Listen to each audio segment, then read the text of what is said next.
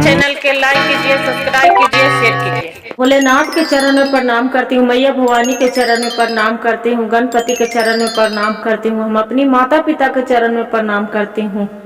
मेरा प्रणाम स्वीकार हो प्रभु, मेरा प्रणाम स्वीकार हो। सभी देव देवी के चरण में प्रणाम करती हूँ, मेरा प्रणाम स्वीकार हो प्रभु, मेरा प्रणाम स्वीकार हो।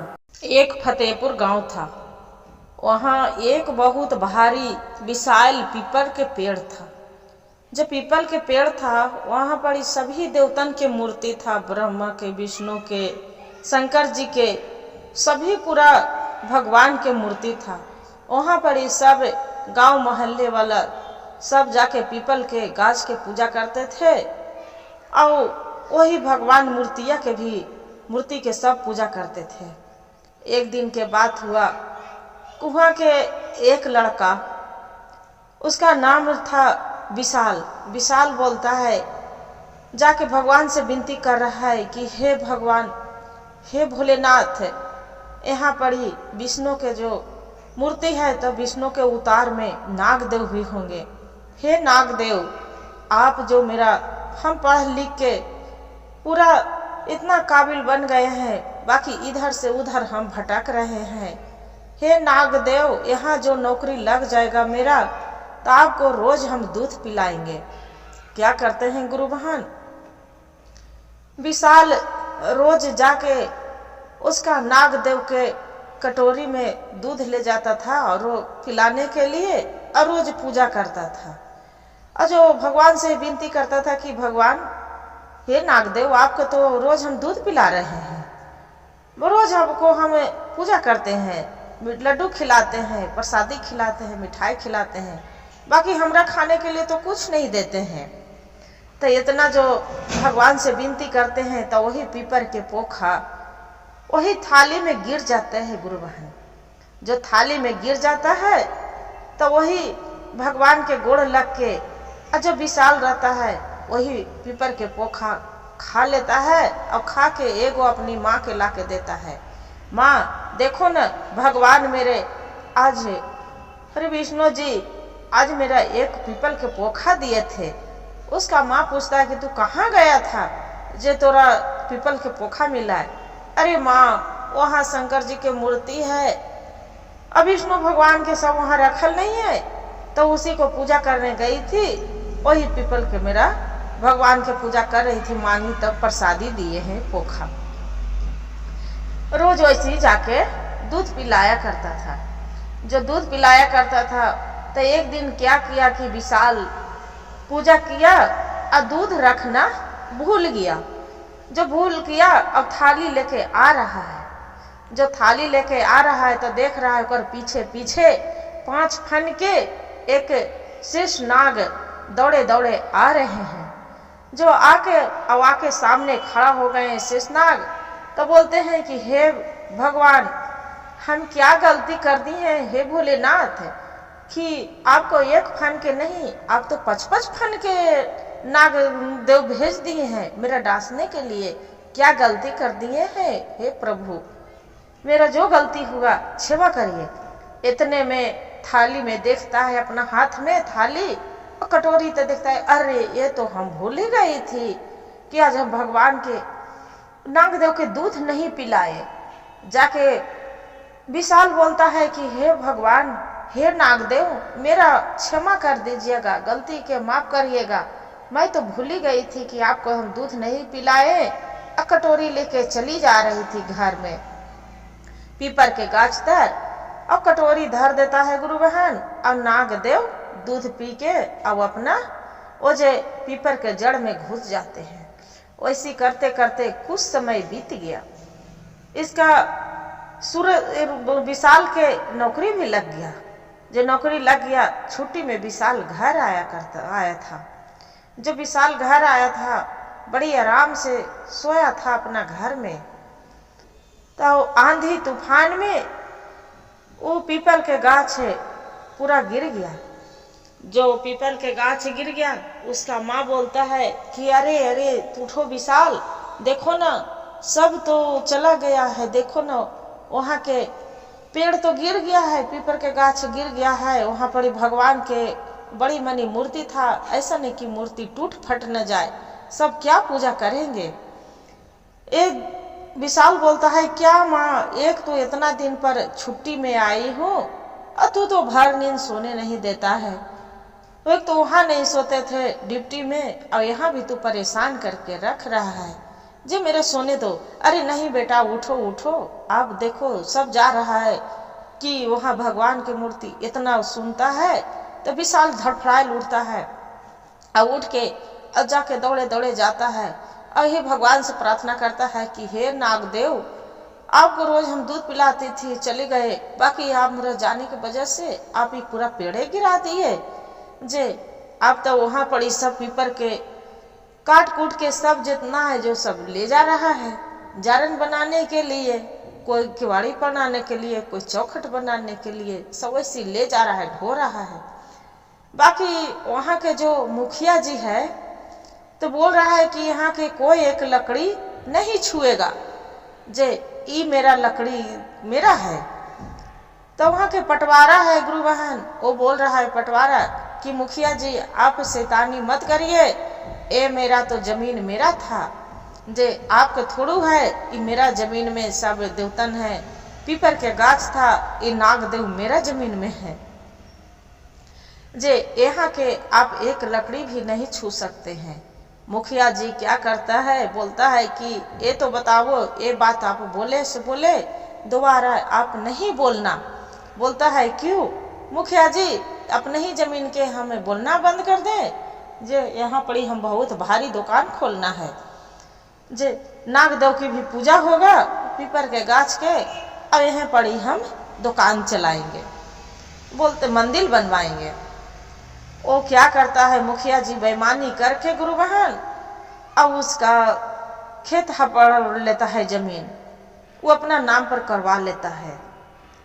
इतने में मुखिया जी कागज दिखाता है कि देखिए कौन बोल दिया कि आपको जमीन है, ये मेरा जमीन है, ये मेरा नाम से जमीन है, जे लावो इसका अमीन के नपवाओ जमीन नपवाने लगता है तो सही देखता है कागज पत्तर तो सब उसी के हाथ में है, मुखिया जी के, सेठ जी के।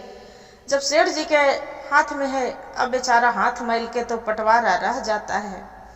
अब क्या करता है कि पीपर के गाछ केकरो नहीं ले जाने देता है लकड़िया, और पीपर के काटने के जड़ के काटने के लिए 2 ठो मजूरा लगा देता है, लगा के बोलता है कि अरे ये पीपल के गाछ है, आप चीर के ले चलो, मेरा घर में काम आएगा। जे तो जैसी लकड़ी वाला काट रहे हैं तो उन्हें से 5 फन वाला जो नाग शेष नाग है, फाई फाई करते उन्हें से दौड़े दौड़े आ रहे हैं। जो आ रहे हैं तो वहां पड़ी वो दोनों जो मिस्त्री है वहां पड़ी जो फाड़ रहा है लकड़ी, वो देख के दौड़े दौड़े भाग रहा है, नहीं नहीं हम नहीं काटेंगे, हम नहीं फाड़ेंगे लकड़ी, मेरा जान बचाना है।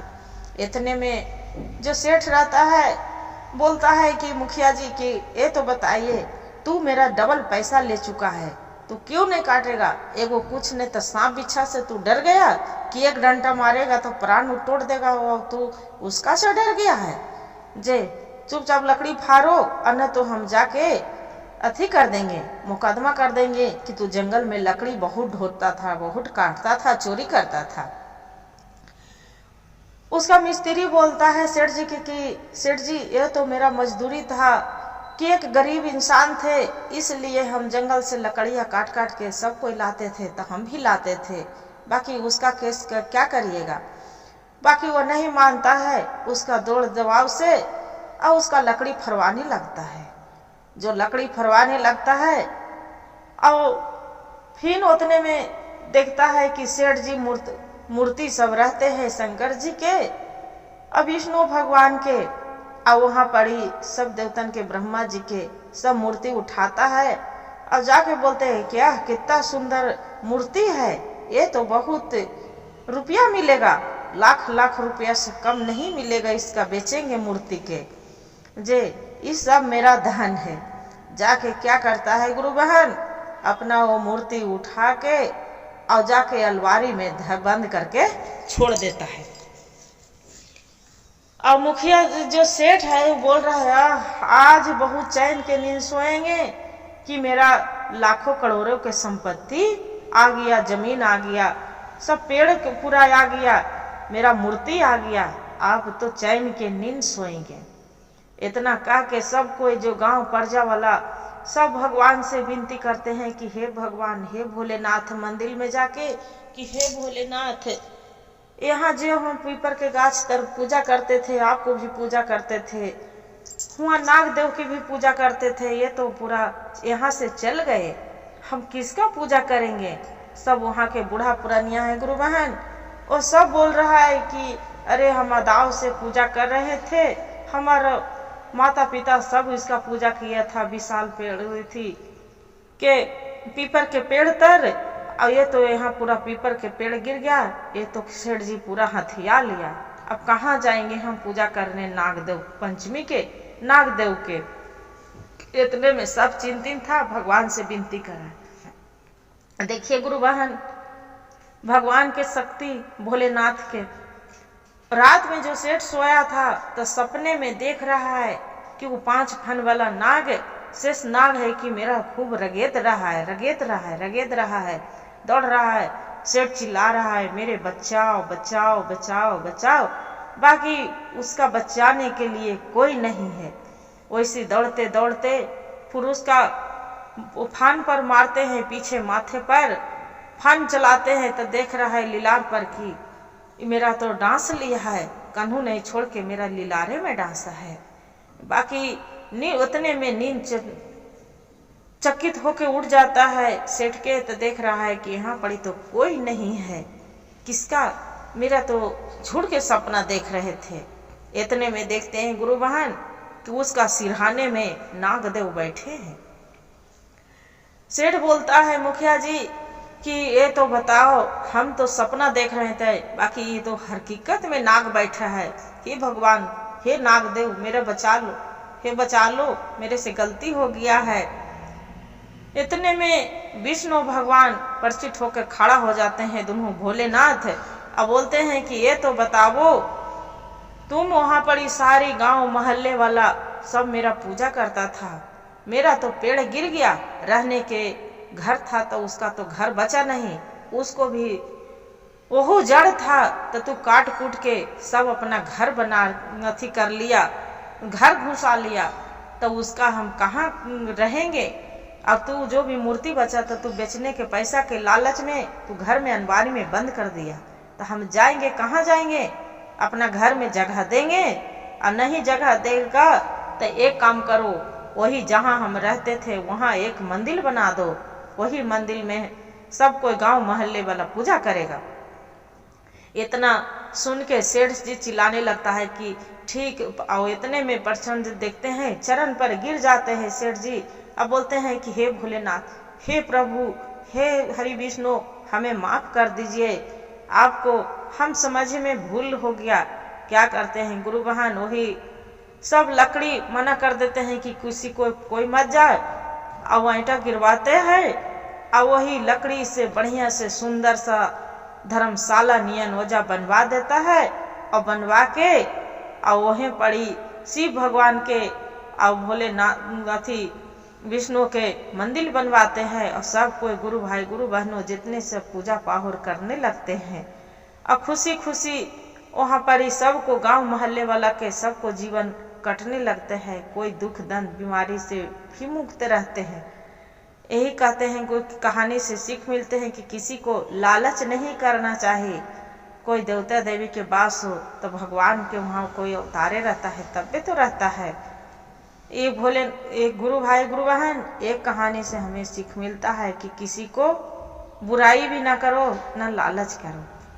जो वीडियो अच्छा लगे तो वीडियो के लाइक और सब्सक्राइब और शेयर जरूर करिएगा, और हर हर महादेव कमेंट में जरूर लिखिएगा दीदी।